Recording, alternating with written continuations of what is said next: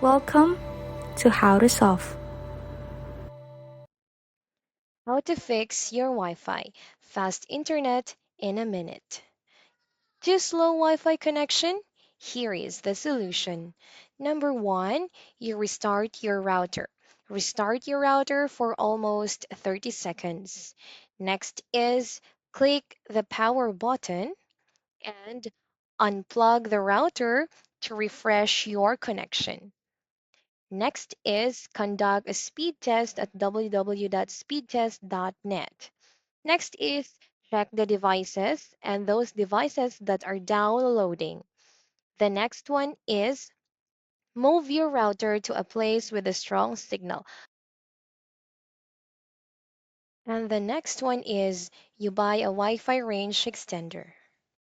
Please like and subscribe for more content.